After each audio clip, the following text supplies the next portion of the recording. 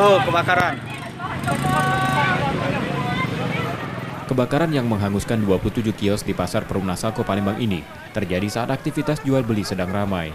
Api diketahui berasal dari salah satu kios pakaian bekas di pasar tersebut dan berusaha dipadamkan pedagang dan pengunjung pasar. Karena banyaknya bahan mudah terbakar, membuat api cepat membesar dan merambat ke kios lainnya. 3 rumah warga yang berdekatan dengan kios juga ikut terbakar. Pedagang juga berusaha menyelamatkan dagangan mereka dan memadamkan api dengan alat seadanya. Api baru bisa dipadamkan 1 jam kemudian setelah 8 unit mobil damkar dikerahkan ke lokasi.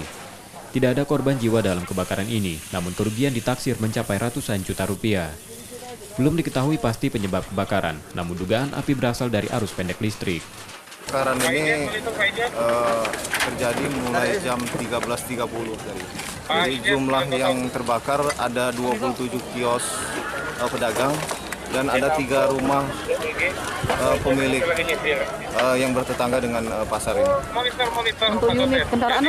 Untuk unit kendaraan ada 1 unit kendaraan jenis sepeda motor R2.